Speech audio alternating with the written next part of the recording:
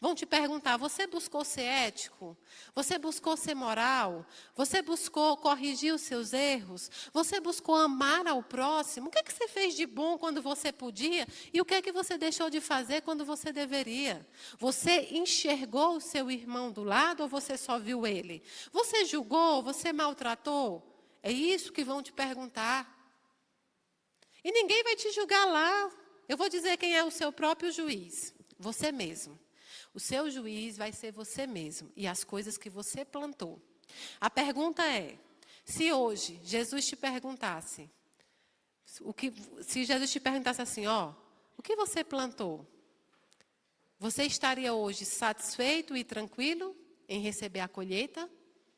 Quantos de nós aqui, o que eu plantei, estou pronto. Se você acredita que nada acontece por acaso, esse canal é para você.